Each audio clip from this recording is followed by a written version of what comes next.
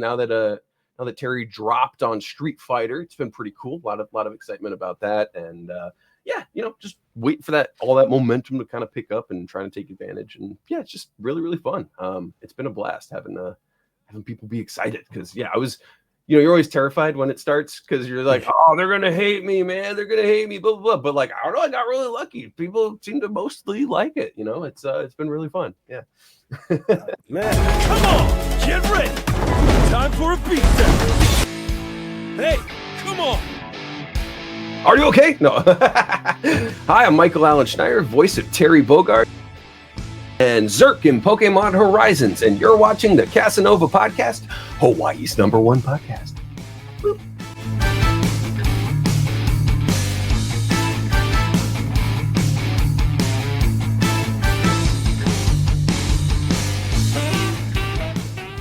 Aloha and welcome everyone to another episode of Hawaii's #1 podcast, the Kasanova podcast, #1 for 8 years in a row. It's still going strong. It's crazy.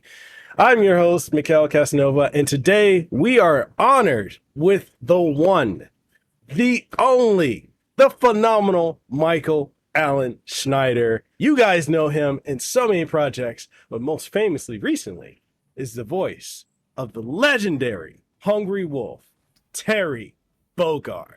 Hey, how you doing, man? Good to be here. Thank you so much. Man, it's an absolute honor to have you on the show. Like, so many people thought I was completely lying when I'm like, yo, I'm getting the voice of Terry Bogard on the show. They're like, no, you're lying. I'm like, okay. I'm easy. I'm available, baby. Call me up. Yeah. Oh, man. How's it going, man? How's your day been? And how you been so far? Really good. Yeah. Just, easy breezy, just checking it out, making things work, paying rent, same as everybody else, yeah, it's been really good. Now that Terry dropped on Street Fighter, it's been pretty cool. A lot of excitement about that, and yeah, just wait for all that momentum to kind of pick up and trying to take advantage. And yeah, it's just really fun. It's been a blast having people be excited because yeah, I was.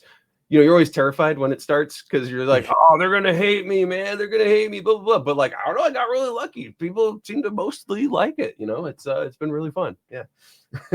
Man, I have to say, like, as someone who's been, and I'm dating myself by saying this, but I've been a fan of SNK and Terry Bogard since 1991 with the original Fatal Fury. And that's just because my brothers used to take me to the arcade with them. They put the milk crates up and be like, hey, my little brother got next. And they're like, oh, who's this baby? They put the milk crates, put me on there. They're like, he's going to beat you on the sticks. And I'm like, let's go. So wow. Yeah, I've been a fan of the character and the evolution of the character. And it's like, we've had, I think, 2 other English voices of him. I remember from the original 94 OVAs, which was great. And then we had the Maximum Impact, which was I love the gameplay, but voice acting could be better. I haven't heard that myself, but I've heard things. Yeah, it was interesting. That's we'll leave it at that. But I will say, man, as a fan of the character for 30-something years, you absolutely nailed it. I'm not just trying to blow smoke up your ass. I'm just being 100%, man. Like everything, the mannerisms, even like the inflection, the tone, the "Are you okay?" the Buster Wolf, dude, you killed it. Thank you so much. Yeah, it was a really fun process, and it's one of those rare times I feel like I didn't even have to act. I just like it was so hard. It was really fun. Yeah, I don't know. I just. Yeah, it was one of those things where like, yeah, this is my shit. This is mine. Give me this. And it worked. And they gave me it. And then I'm just running with it. Yeah. Nice. And did they, so when they had you do a lot of his lines, was it guided or they were like, they just trusted you to do it? Because you've done a lot of voice directing over the years on many projects. I'm not sure how many people know that, but like, did they just trust you with the character? Because I mean, hearing you talk, I'm like, man, I would just trust you with the character. For the most part, it's a little, it's different everywhere, because when we go in, it's like the very first time you're meeting a new director, meeting like the SNK team for the first time, all that stuff. And so like, it's definitely like a getting to know each other kind of process. But, I think as things went along, by the end of it, I was like, yo, maybe I don't think Terry would say that, like stuff like that. Then we just, got much more collaborative as things went on, for sure. Yeah. And then also have, like you said, are you guided? The biggest guide is, Takashi Kondo's performance, which is like, he's amazing. He's doing the thing. And so like, he gives me like because they do that stuff first, So like, really good, like, all right, cool. Here's my awesome coloring book. I'm gonna go nuts with this thing. You know what I mean? So it's, yeah. So thanks to him, of course, and everyone over there, and everybody at SNK and Capcom and New Generation, and for trusting me to like kind of let things run. But like, yeah, in general, like, I don't know, it's one of those, so often you're trying to figure out like, what would I do in this situation, blah, blah, blah, how would you, and this time I'm just gonna be like me and what I would say, and it kind of worked out like every time. So I was like, you guys like that? They're like, yeah, we like that. Like, all right, cool, bet. Yeah. No, that's very similar to my other friend, Michael T. Coleman, who does the voice of Cody. Like, he was telling me a lot of when he went in to record for Cody each of the time, he was like, oh, they kind of let me throw in a lot of how I would respond to stuff and a lot of my inflection and delivery and everything. And I was like, Tallis and Jaffe let you do it? It's like, yeah. It's like, yeah. So it's really cool when I get to hear, that whole process, and especially, myself now getting into voice acting, because so many of my friends are like, stop interviewing us voice actors, become one. and people who think it's easy, it's not. Nope. No. Nope. It's a hard way to make an easy living, I tell you that. Yeah. Is like the amount of stuff you have to do to take care and protect your voice, vocal warm-ups.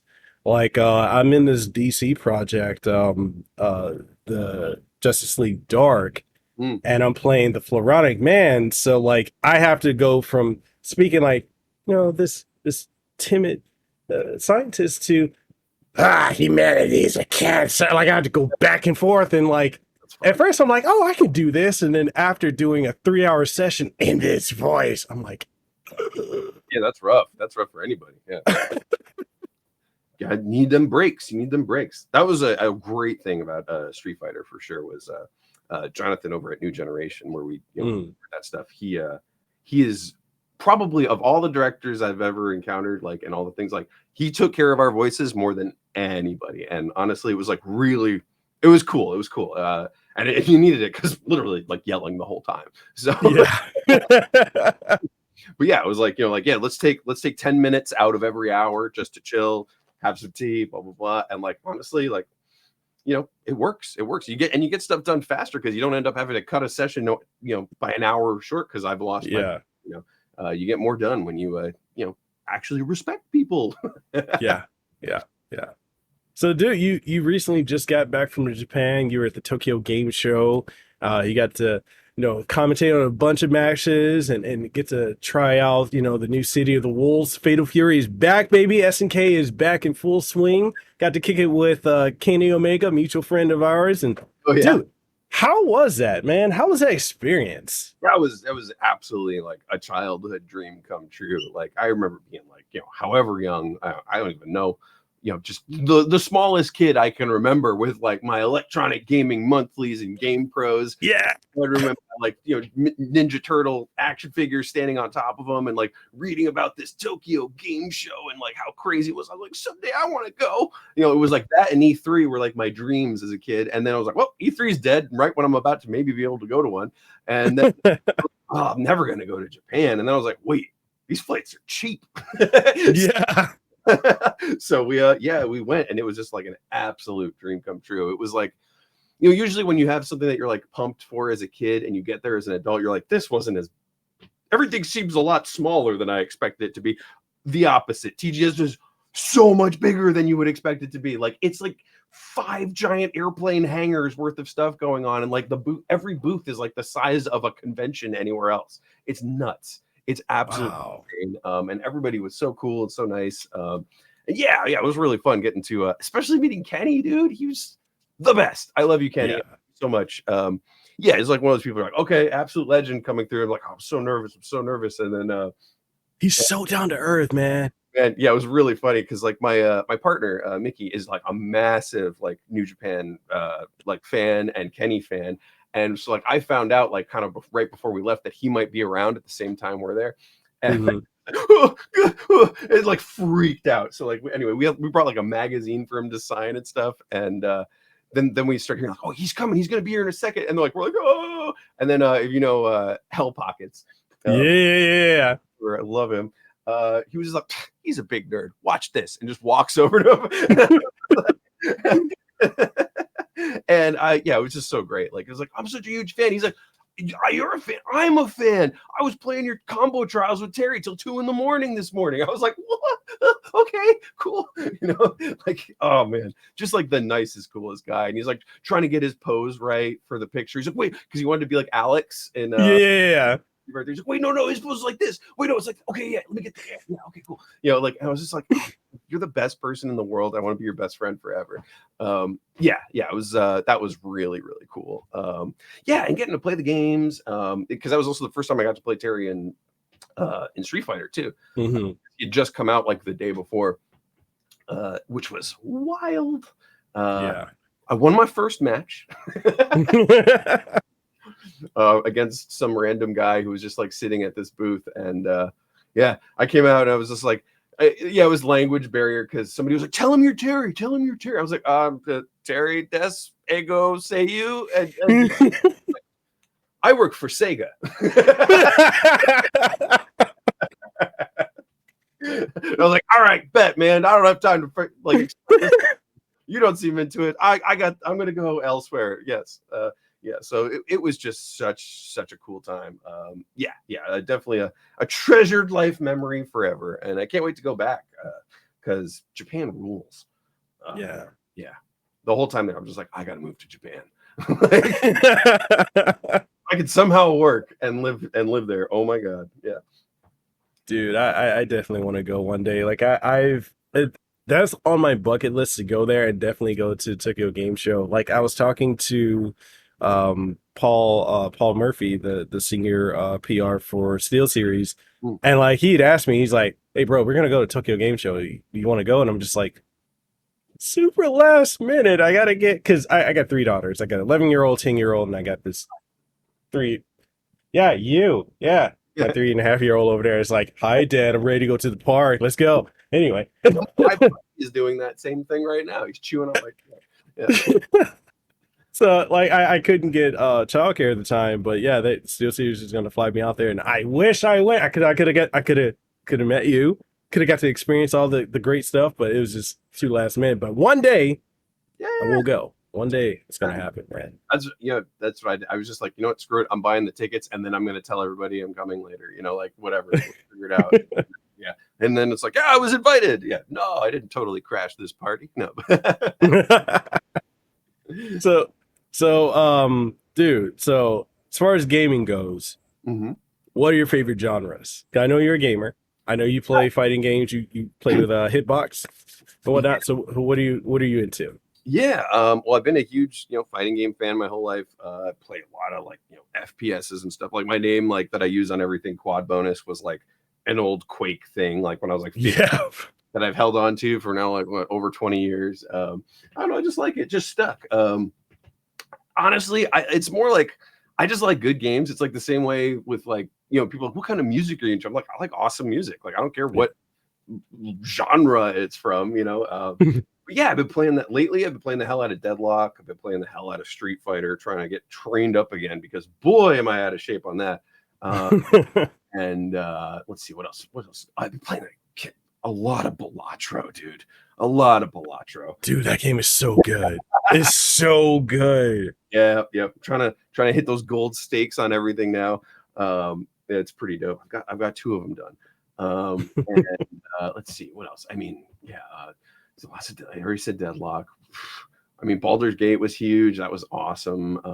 I really need to play some Space Marine because I'm a big Warhammer nerd. Yes. Yeah, Yes. yeah.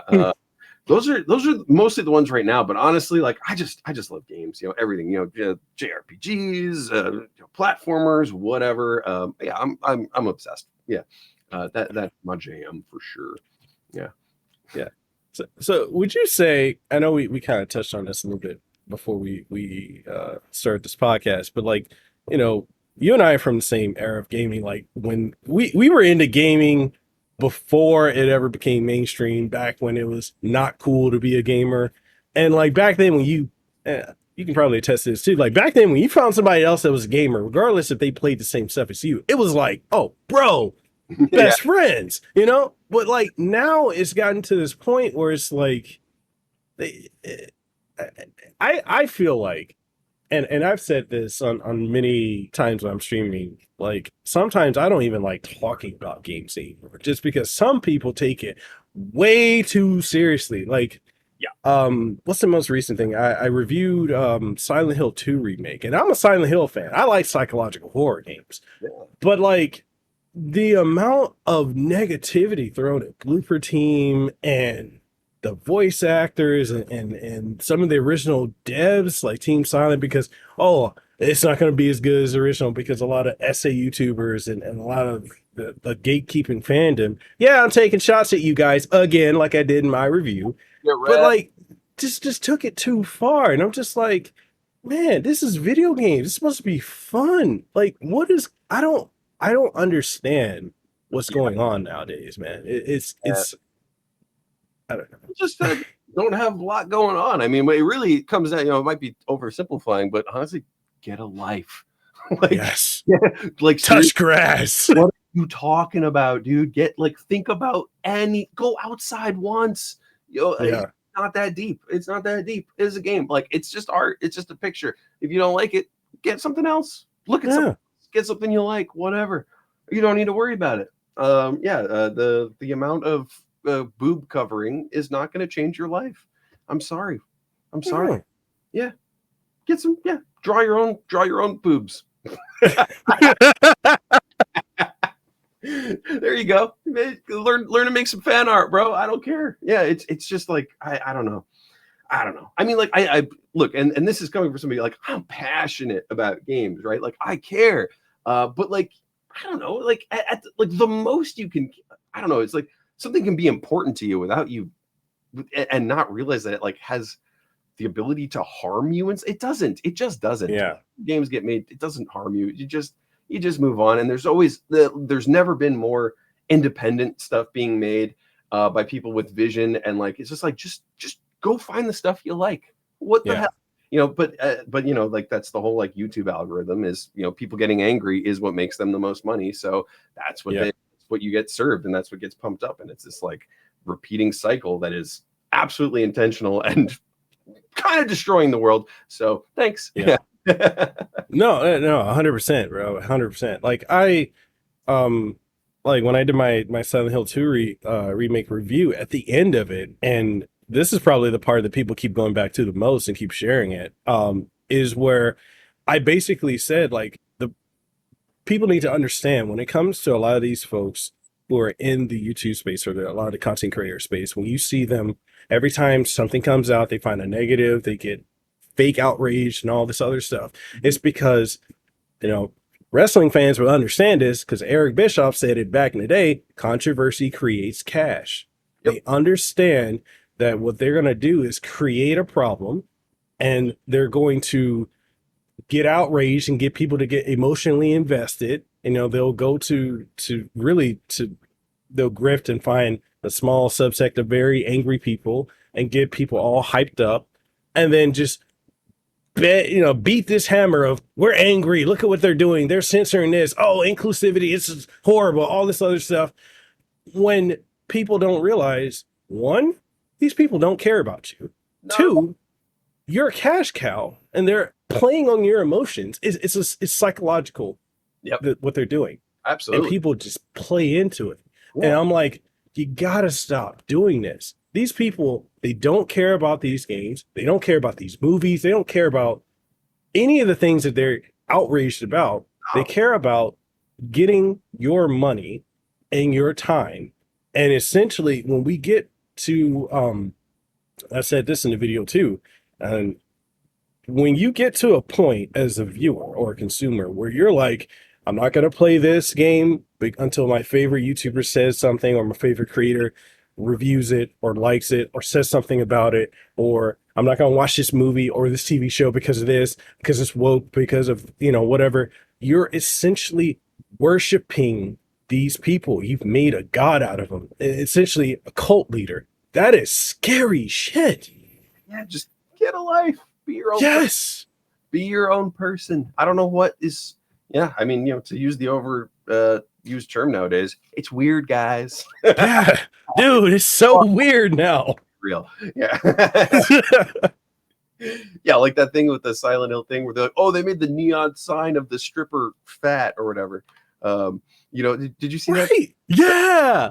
It's the same one from the first game. Like these people don't even play games. It's like it's like the Warhammer shit. Like when they go off on you're trying to make it's woke now. Blah, blah. It's like, show me your minis. Show me your minis. Have any? You don't play this fucking game. You have never painted anything in your life. Get out of here. Show me your minis or walk, tourist. Yeah. Yeah. Jeez. Show me your max damage combos or walk. Yeah. Yeah, dude. It's wild out here. Like, and I've been in this content creation space for truthfully 12 years, and like it's weird. Well, it's weird not only seeing how people react to the creators, but like and I'm not gonna do a blanket on this, like a blanket of all creators. Like, there's some really amazing content creators out there, like really phenomenal people. But for every phenomenal one, you got a bunch of crappy ones. And I've been in conversation. I've been at events with them. I've been in Discords where I'm just seeing these people are just interesting. That's to put it nicely. And it's like, like anything, like you gotta use some common sense, people. Use some critical thinking. Like, make your own decisions. Take in the information that do your own research and make an informed decision. I mean, it's like the same thing when we tell people when it comes to voting, make informed decisions. Yep. But it's like it's a weird, like, kind of voyeuristic thing where people want to be told what to do or what to think. And I'm like, yeah, it's weird, bro. I mean, because no one's given good answers on any of the media you're looking for, like, unless you really seek stuff out and have like your own actual like code of ethics and ideology. Like, you're just gonna say, oh yeah, cool, that's right, as opposed to back in the day we had to like find our opinions on things. Yeah. Look for stuff instead of have it just thrown in your face by whatever algorithm there is. Even on the even on the internet, like it was different. Like, there used to be more than 2 websites, kids. Like and like which one you went to was a choice. Not so anymore. But yeah, it is weird. It's and it's kind of tied to everything in the whole world. It's all put together. But just stop being so mad about stuff. And if you are mad about stuff, I don't know, maybe be mad about something that matters. Right? I don't know. Right? I don't know. Yeah, just, I don't know, talk about anything but Sonic the Hedgehog for a minute, please. Like, come on. The discourse should have ended with Sonichu, which is the peak of all Sonic the Hedgehog discourse. Yeah. Oh yeah, dude, I saw this meme. What is it? I think I sent it yesterday, and basically it's like, it went something along the lines of like, if you were born before 1998, you're older than Google. And it's like a bunch of young kids in this meme were like, there's no way you're older than Google. You got to be like 50 if you're older than Google. And it's like, it's crazy, dude, because we've got so much. Like, the only time in history where all the information you need is at your fingertips. Yep. And people just, it's crazy. we didn't have it like that before social media and search engines back then. We had to actually go to the library, read the newspaper. You don't need, and that's the thing, is like, you're like, oh yeah, I want to watch a video about how to do some combos in this video game. Okay, cool. The next video it serves me is like why the character doing the combos is part of white genocide or some shit, and I'm like, what the hell is going on, bro? Get out of here, relax. But of course, people see that like, I'm going to click on that. That sounds very important. And you watch a 3-hour video of like the biggest dork on the planet.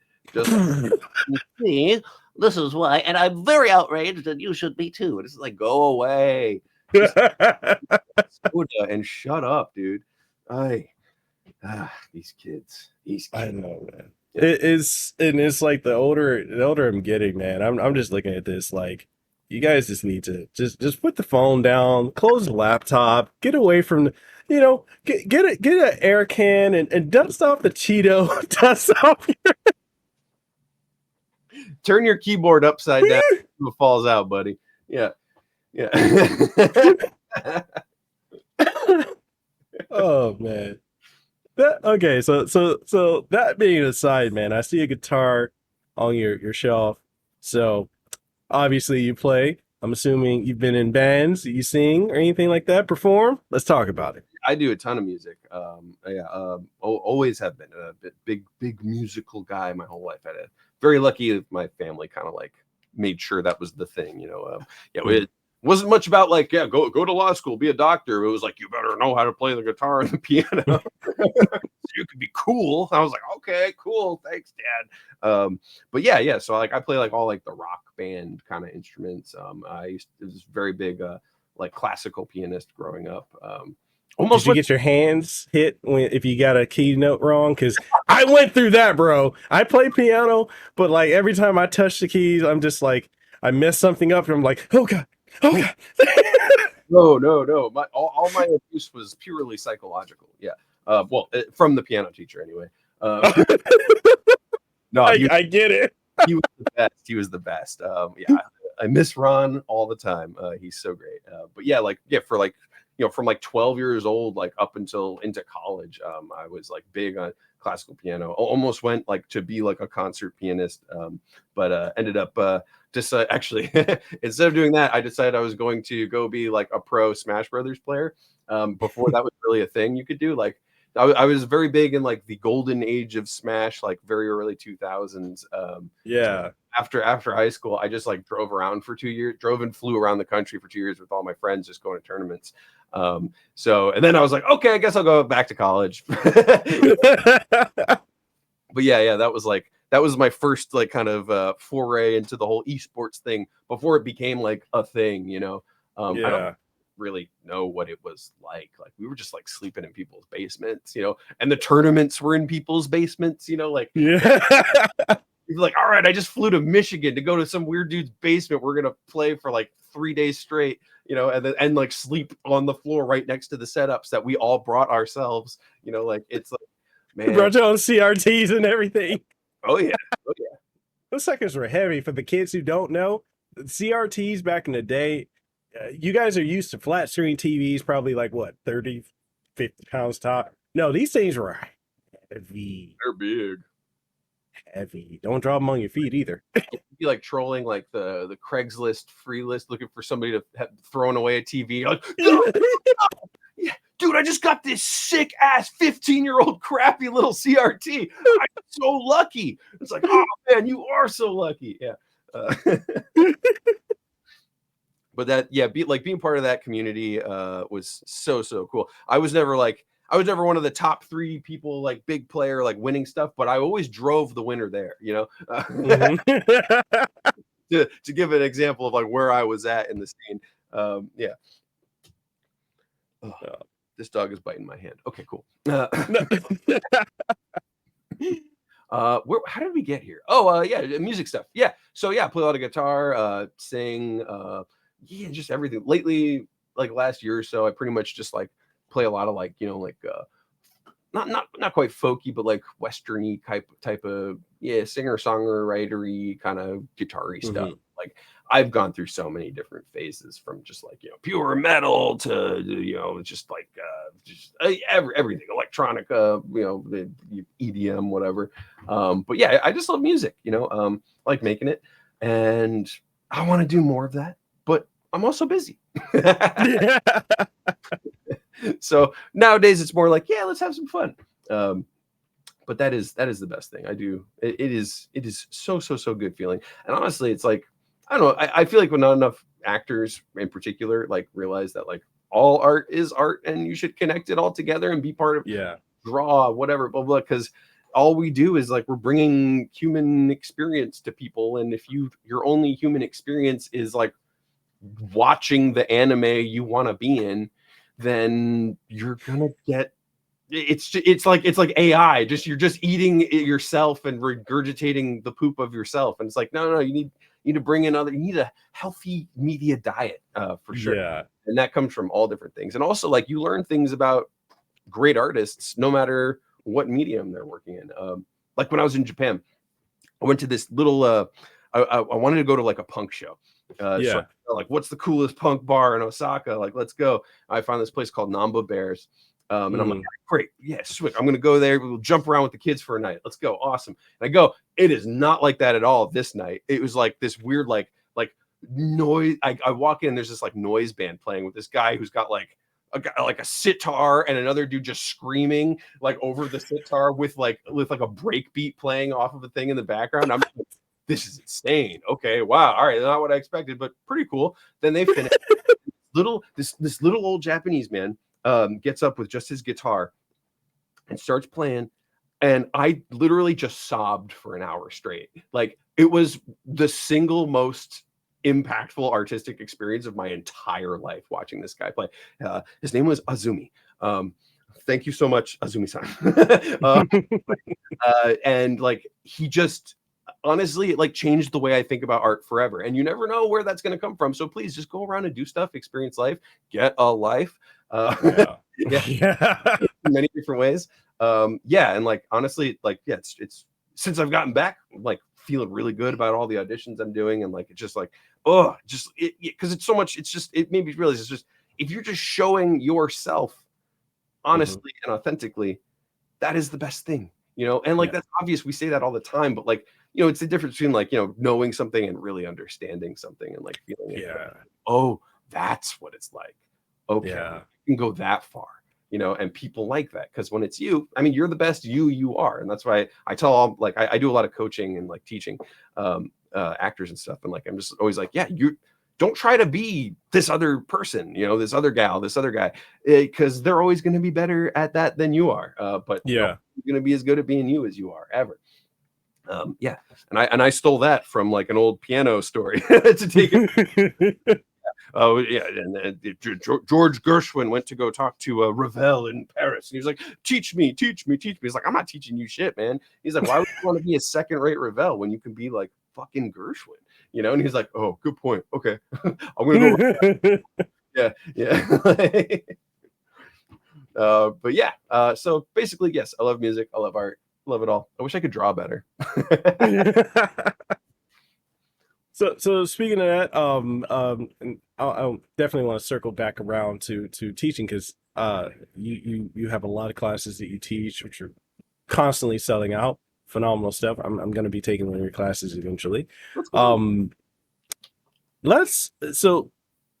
said early 2000s, you're traveling for the for various Smash Brothers tournament. Let's talk about traveling, because I try to tell a lot of the younger people. I know I talk like an old guy. I'm only 36, but like sometimes I got more experience than people younger than me. Honestly, I got more. I think a big problem, like with this whole like nerd thing we were talking about, where people are like getting crazy, is that now nobody feels like they're like experienced, and like nobody who is other than these creeps, right? Who are like, nobody's being like, hey, I'm an adult and I've like seen some stuff. Here's how like men are supposed to act, Like it's only the bad guys doing that. And so honestly, I think play your game, keep doing it. Yeah. Sorry. Continue. I'm always trying to say that, like, You know, like we know stuff. We've been around. Teach those young kids how to act right. You know, Right. Like like, okay, as an example of that exactly thing. So before this podcast, I was streaming Dragon Ball Sparking Zero on TikTok, and one of my mods and viewers is like, he's young, and I think probably a freshman or sophomore in college or so, and he was saying basically his crush did something really dramatic, and he's depressed and he feels like the world's coming down. I'm like, dude, you're only like 18 or 19 years old. This, I understand. I'm like, I'm not trying to belittle anything. I understand that this to you this is your is whole point. massive. Yeah. But couple things. One, your brain hasn't fully developed yet. Two, you're only 18 or 19 years old. Three, this is a moment, a grain of sand in the hourglass that is your life. This too shall pass, and you're going to look back on it, and it's either going to be, that happened, I learned from it, or it wasn't as big of a deal as I think it is. Yep. But like the younger generation, I think it's just because a lot of them are just so tied to their phones and living through, social media, which social media is not real life, people. Traveling. I try to tell young people, please travel. Go to other places, other parts of the country, other parts of the world. Go experience other cultures, because that's important. You need to learn more than where you are, because, hey, if you only get, spiritual or esoteric, an ant's worldview is only as big as the leaf it's on. It doesn't account to the tree, the forest, or anything else. Like, you need to travel to learn more, not just about the world, but about yourself. Yeah, absolutely. Absolutely. Yeah. I mean, because like, how else do you know? It's like we were saying about like get yourself like an ideology or whatever, how do you know that what you are is what you are unless you've gone somewhere where it's not like that and you're like, do I still feel this way? Yeah. I mean, honestly, travel is so huge and awesome and important, and it's not a luxury afforded to all of us, I'll tell you that. I mean, like, I went to Japan, like I haven't left the country in like like 17 years before that, and so I finally like had the opportunity. I didn't even really have the opportunity. I literally spent every dollar I owned in Japan. I got back. I was like, I'm gonna make this work, but yeah, like, so just even if you gotta like, go nuts, because it really, on top of all like I'm gonna learn all this stuff and blah, blah, blah. But like one of the big things it can do is like, so often we get caught in like these ruts, where it's like my life is just my life and blah, blah, blah. I don't know what to do. At least I do. And like just getting out of there for a minute, oh my God, it just like squeegeed my shit clean. Like, oh, I'm back. Like I have all the same problems, all the same, things going on, but like, you know what? I can fix that, like, yeah. Do that. Yeah. Like none of this is insurmountable. It's, if anything, it's just like, it's perspective, on tap. Just get out of your room, get out of your neighborhood, whatever, even if going outside is going to be cool, do that, like whatever, you just keep pushing those boundaries and just get more of the world. Cause you only got one life, baby. And every little moment is just like, holy shit, what a gift, Yeah. And I feel like for a lot of young people, especially, teenagers and 20 somethings, a lot of them sometimes have this invincibility thing of thinking, oh, I'm invincible because of whatever, or I'm guaranteed another day. But like when you hit your 30s and your mid 30s, and now you're going into your later 30s, and you talk to older heads, and 40s, 50s, 60s, you start realizing how short and how life isn't a guarantee. You can be here today and gone in the next half an hour or so. And the older you get, the more like, you and I are roughly around the same age. Yeah. And it's like, look at how many of the celebrities and art and musicians and what we grew up with that drop and left and right, legends, icons. And it's surreal because we grew up with them.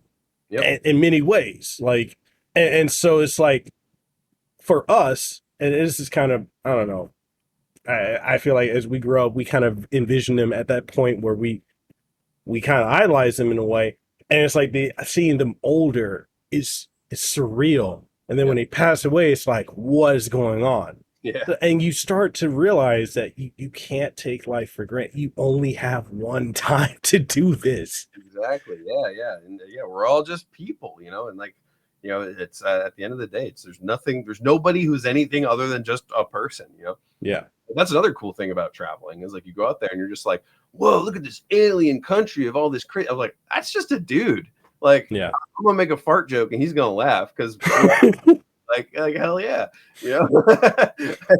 I went to this like weird little stationery shop to like get some gifts and stuff for people to bring back, and they this like beautiful like rolls of toilet paper that were like gift toilet paper, like wrapped up all nice with bows and perfumed and stuff, and I bring them up and I bringing it up and the guy's like, he doesn't really speak much English. He's like, this is bath tissue, and I'm like, oh, I know. Cracking up, and I'm like, yeah, we're just people, man. You get like, this is gonna be a funny gift for one of my friends. Like, hell yeah. I'm not. Yeah, this is not gonna be like, oh, what have you done to to pretend that the bath tissue isn't honorable? Like, fuck you. We're just people. And like, yeah, so we can all get hit by a bus at any time, or get a bad diagnosis or whatever. And like, yeah, I think that is one of the big things as you get older is you start seeing people go away, and you're like, oh shit. You also see people kind of like, betray those ideals you thought they stood for and blah, blah, blah. Yeah. And, you start realizing that all you really have is what you believe yourself. And so if you're getting everything you believe from the angriest jerk you can find, that's not good. Yeah. No, not at all. So pivoting, circling back to the classes you teach, man. Let's talk about it, man. Go ahead, plug it. Tell us about it, how you got started with it, and how it's going, and why it keeps selling out. Man, I wish I could sell out. I gotta sell out faster. I mean, I've been teaching like kind of my whole adult life. I started like in high school doing like lessons and stuff, just driving around. I did that all throughout school, kind of to stay above water while I was doing other stuff that wasn't making enough money. And then just kind of realized I was just like, you know what, people kind of care what I think. And like my only real skill like that got me into doing all this stuff, because directing, I started as a director first before I was ever an actor, and an engineer before that. But my only real like superpower I think is just taste. It's just like, I know what I like, and it seems that people tend to agree with me. They're like, yeah, that is good. I'm like, okay, great, bet. So then everything else I had to like reverse engineer from that, like figuring out like, all right, what's the lexicon? Because I didn't really have any formal acting training like at all. But I had really good teachers. Better than the formal acting training was I was in the booth while I watched like some of the best in the world do that, like Michael Sinter-Nicholas and Stephanie Shea over at NYAV. They kind of taught me like everything I know about this stuff.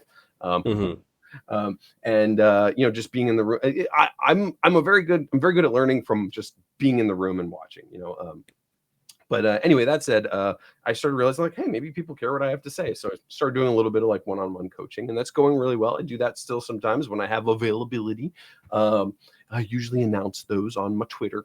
But maybe it's never X, it's Twitter. It will forever be Twitter. Yeah, screw that. Yeah, that's can't change the name of my place where I was here first, man. And now I do a couple workshops. The biggest one that I do is I call it the one that booked. I kind of made it because like I find that most of the time, like with voiceover workshops and stuff, we tend to like, it's always just like, okay, great, good job, you've improved 1%, awesome, bye. And I was like, okay, cool. Like, what am I gunning for? What am I doing? And so what we do in that class is I give you a bunch of like, sides to choose from. You're like, all right, I'm going to do this audition. And then what I have is the recording of the actual audition that booked that role. So everybody shows us like, all right, here, what would be your take on it? How would you take a crack at this? And it's like, all right, cool. Here's the one that actually got it. Let's figure out what the difference is between what you're doing and what's actually competitive and what's booking. Mhm. And yeah, it's been really, really good reception. People really like it. And it's fun as hell. It's fun as hell. Just because you get to actually see what it takes to because so rarely do we actually hear like it's what's competitive. Are you Mhm. actually in the ballpark at all? And that's really important to know whether it's true or whether you're not there yet. And you can find out kind of where to go from there. And yeah, so far it's been a lot of fun. So thanks everybody who keeps coming. Yeah, and dude, go ahead, plug your website link and all that information. I'm also going to make sure it's in the description down below, but Oh yeah, please go ahead. well, hopefully by the time this comes out, my website is updated because right now it is a garbage pile that I threw together in like 5 minutes just so somebody could get my demos if they needed them. But that is michaelallenschneider.com. Very simple. And yeah, you can find me on pretty much every social media at Quad Bonus, QUADBONUS. That's where you can pretty much find me. I don't think I'm going to drop that one anytime soon. It's once with a handle, like you're kind of stuck with it. You are. And a lot of people, like, I try to tell, other content creators and such that are coming up there, like, hey, what's number one advice you can give me for, getting into this field? Get a username and stick with it and have that across the board because, and I think it's because, like, dealing with a lot of PR people, they're like, man, I can't deal with you having Sex Pistol over here and then Kitty Lover over here. And then it's like, make it universal. I'm like, okay, I get it. My laziness has made me do the right thing for once. Yes. Well, I'm just gonna do this one. This is the one I use. Leave me alone. Yeah. Oh man. No. Weird enough, it's always available. So don't start with people. Come on. Yeah, and it's like, so okay. So let me ask you this question too. This whole social media thing. You and I are from the generation before social media was a thing, and it was okay, I'll say this. It's not that much for me personally. I don't find it to be fun anymore. It's more of I'm on it to promote work and all that, network and go from there. But when I was younger, when it was new, that was a lot of fun. MySpace days. Was it?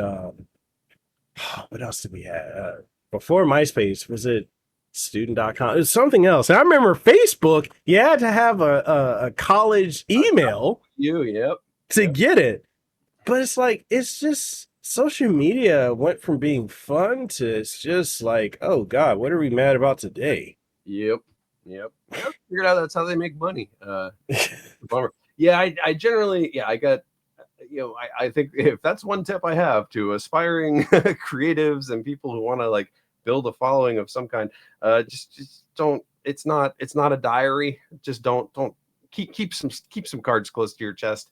Yes. Honestly, there's vultures out there, and there's people looking any opportunity to screw you over, and make what your very nice post about pancakes mean that you hate waffles, and also, if you're like me, you kind of I get worked up sometimes, and sometimes I'll say some stuff I probably shouldn't have said, and it's not because it's not true, but sometimes it's because I would have said that a lot nicer if we were in person, and more people need to talk to each other one-on-one, have a goddamn conversation instead of being like, call out post, this guy said something. It's like, why don't you just talk to me about it? I would have been like, oh shit, you're right, I'm sorry. Yeah. That is a big thing. So yeah, that has been a big journey for me, is learning a little bit more about how to kind of comport oneself in this world. Hello, Tony. All right, he wants to say, Aww. Yeah. Cute. Yeah, this is Tony. The dog. He's the best dog in the world. Cute. This is the only reason I came back from Japan, was to see this guy. But yeah, social media used to be pretty fun, you used to be able to put music on your MySpace page, bro. Come on. Yep. They taught us how to code on the website. Yeah. I was on MySpace before it was a social media network. I just had it for my bands, because that's how that started. Yeah, that was fun. Good times. Good times on the old west of the internet. Before everything got weird. Yeah. Well, all right, man. Winding down, being completely respectful of your time. Last couple of questions I have for you. Let's see. One of the big ones. When are you coming out here to Hawaii? Oh man, I hope soon. I went once when I was like real young, like 12 or 13, and it was so awesome. I would love to go back. Maybe I'll stop on the way to Japan next time. Nice, nice.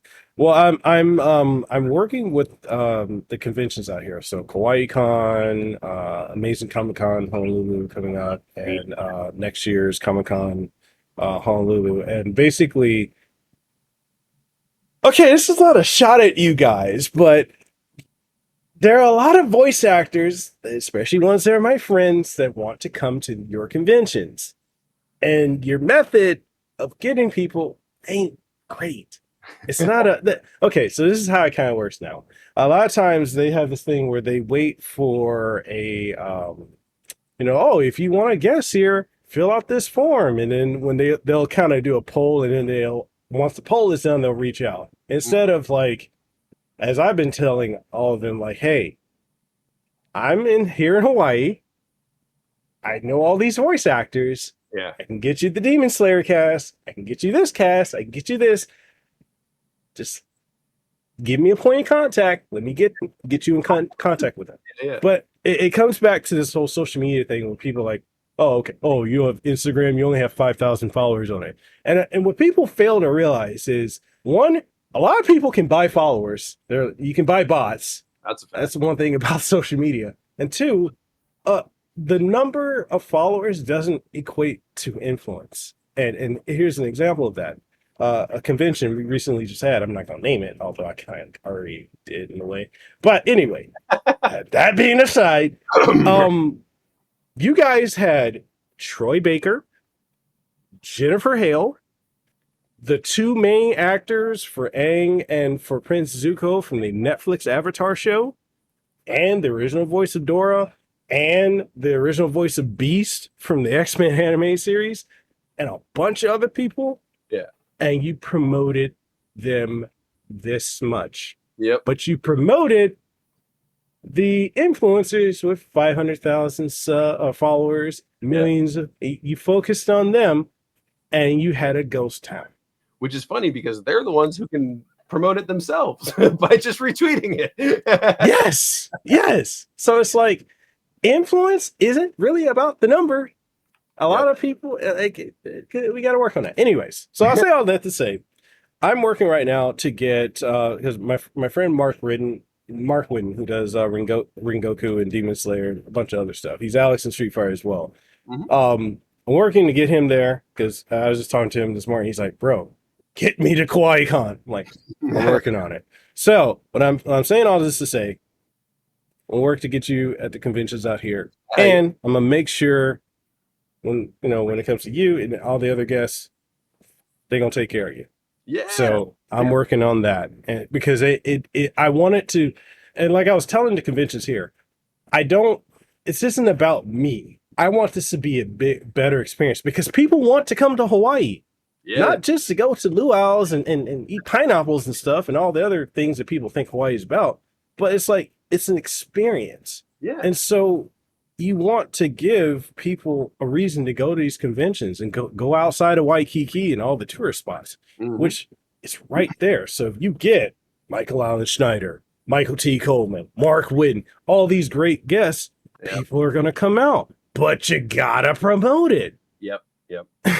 I've heard that the main way this happens is when you, the fans, ask for us to be at your convention. That is what I've heard is like the number one way that actually ends up happening nowadays. Or if you happen to have a Funko Pop, that helps too. Yeah. Hey, Funko, Terry, come on. Anyways, so do that. If you want to see me. I'm gonna get some really cool prints made really soon. And yeah, do it. Let's do it. Yeah. I'll drive on. I want to say hi to you. Yes, dude, definitely. I'm definitely working on that. Because it needs to improve. And that's what's in it for me. I'm like, I'm not doing this for me. I'm just doing this because I want this to be a better experience. And it's like, As an example, we have out here, and a lot of people don't know this, but we got Steve Bloom is out here in Hawaii. He sure is. And like when I was talking to some of the conventions, they're like, wait, what? Like, Yeah. how do you not know that? How do you not know that? Well, you know him? Yes. Yes. Let me help you. Let me help you. Come on, we gotta do this. I found out about that when I was like directing him on something. I was like, "Where are you, Steve?" He's like, "I'm at my volcano villa." You know, like, like, oh, cool, that's dope. Hell yeah.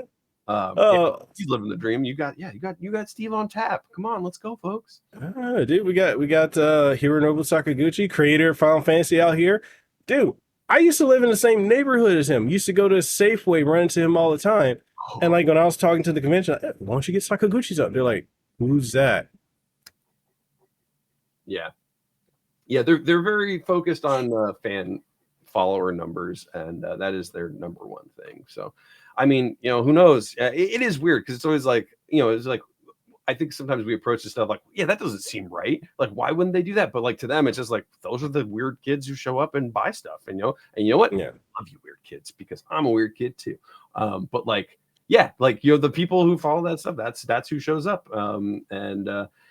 I guess that's the way that's the way their numbers have been working so far. But I think they could do better. I think like promotion is generally like a thing lacking on like almost every side of this whole industry. Like on a lot of them. Like, I mean, hell, I don't know how many anime I've directed that like we do this whole thing with a massive cast of huge actors, blah blah blah. Everyone loves it, and like it just pops up the whole season on one day on whatever streaming platform, and then never is spoken of again. Wasn't spoken of before, wasn't spoken of during, and then nobody. Yeah. Like, why did you have us make that? Like, what, did you want anyone to watch it? Yeah, because it sure don't seem like it. You wouldn't let us talk about it at any point. Like it's crazy. But yeah, so promote your stuff or let us do it. Yeah. Don't tell me I can't promote the thing for you. I want to give you money. Yeah. So my last question to you is about directing. So you've done directing on Black Clover, Siren Genseki, and so many other stuff, Dragon Quest, Your Story, and such. Dude, how did you get into it, and what is that like? Wait, that's actually two questions. Never mind that. How? One question. Yeah, I can combine that. Totally fell into it ass backwards, like pretty much everything else in my life. I went to college like for music composition, like for writing music. So I, that was great. Got out of there, and then I was like, all right, great. I know how to write music. And then I would like record the music. I was like, this sounds like shit because I don't know anything about how to record stuff properly. So I went to audio school, and so while I was at audio school, I got really into like post production and like the engineering and recording side of things. And I flash forward a little bit. I'm now a freelance mixer in New York, so I'm doing like lots of like basically just parachuting into different studios at like ad agencies and stuff. Just all in the advertising world, doing like commercials and mixing stuff like Pepsi, GE, all that stuff. So that was cool. And then a friend of a friend was like, hey, could you help me cover, could you engineer this session for a friend of mine? I was like, yeah, sure, whatever. And we ended up recording a video game. And that was with who is now one of my oldest best friends, Lisa Ortiz. And she was directing something over at NYAV in New York. And so I kind of hit it off with the studio owner. And within like, I don't know, maybe like 2 weeks, I was engineering on Your Name, which I was like, okay, this is a good start. This is like I think it was like the first movie to beat Spirited Away after it came out. I think Spirited Away had back in front because they re-released it. But Your Name was like massive. I was like, okay, cool. So I was directing with them or engineering with them for a while. And then all of a sudden one day Michael was like, hey, do you want to direct this show? I was like, what? He's like, well, that's fine. It's not really a big deal. Like, I don't have anyone else to do it. I was like, okay. And it was like this like CGI Korean show called Magic Adventures. It was really, really cool. And I loved it. And yeah, so like I just ended up just going for it and it went well. And everything else just kind of snowballed from there. And it just kind of kept building and building. And I had a lot of really great teachers. And yeah, it was that's how you do it. And so people always ask me like, how do you direct? Like, how do you get into directing? I'm like, dude, I don't know. Like, you just got to be in there. I mean, the real thing is like someone has to trust your taste, right? Like that's what I was saying. Like my one superpower would be taste, and nobody will ever let you in the seat unless they trust your taste. And that is the hard thing, and that is why you need to have like a big diverse media diet, and you need to understand a lot of things, because there's no path, there's no like just strict path where you're like, okay, I do this and then I do this and then I do this and then I got the usually it's like I do this and then someone is screwed and they need help, so they're like, all right, fine, I'll let you do it, whatever. Then you don't suck, and then they're like, okay, cool, actually I'll let you do that again, and that's really how that goes, like that's pretty much the trick. So just I guess just be awesome. But that was my story. I mean, I've spoken to a lot of other directors, and like it's usually the same. It's usually just like some random happenstance. Someone was sick, or I'd been in the room doing something else for a long time. I do think the engineer to director path is maybe the closest thing to one that I know of, because if you're smart and you're actually paying attention while you're in there, you can pick up a lot because you're there for every single bit. You can see how they talk to all different actors. You can see how because like actors only see how directors talk to them, Yeah. And that could be different, because I'll tell you what, I talk different to all of you. Because my job is to get on your level and figure out, how do we get what we need with you, and so and watching how different directors would do that was like really, really the key, I think, for me, is like learning like, all right, so cool, what's my style, blah blah blah, how do I do this? Mm-hmm. What do I see is working, what do I see is not working? And anyway, it's a learning process like anything else. I get better at it every time. All right, man, so actually I got a secret final question for you. Hell yeah. Did you have fun? Because I know you weren't expecting the conversation to go this way. Oh, hell yeah. No, I had a blast. I had an absolute blast. Thank you so much for having me on, man. Really, really, this is I'll say without reservation, this is the most fun interview I've done so far. So hell yeah. Thank you so much for having me. Awesome, man. Yeah. Awesome, man. Awesome. And before you go, if you want to plug everything that you're working on that you can talk about, as well as your own classes again, and let people know where they can find you, and then we'll go ahead and wrap up. I have this class, the one that booked. You can always find me. I post it on my Twitter and Instagram when it's going down. Got a couple seats actually left for one of those classes. The other two are sold out. Check it out if you like. Honestly, everything else that I'm in, I cannot talk about. Hey, go watch Pokemon Horizons on Netflix. That shit rules. Really, really good. People are sleeping on it, and again, something that's not being promoted for some reason. Like I went to Japan and nobody cared about it. It was crazy. I was looking around, I was like, I was at like the Pokemon Center, just, go watch Pokemon. It's awesome now. Yeah, I mean, it was always awesome, but it's awesome now in a good way, like in a different, new, awesome. It's so good. We're doing really, really cool things, and please check it out. But other than that, just play video games and watch art and be nice to people. Stop getting so excited about video game boobs. I beg you. Oh man, it was an absolute honor having you on the show today, man. We got to do this again. You're welcome to come back on the show anytime you want. I know you're very busy. I know that life, because okay, for those of y'all who don't know, when we say busy, which means we go by a Outlook calendar schedule, Google Calendar thing. That thing is booked. And then we have to find like where a slither of time is free. Like we're not avoiding you. We're not ignoring you. We're busy. Because a lot of people don't understand that. It's true. Also, don't make your first message to me just, hey, please. Tinder, guys. All right. Come on. Yeah.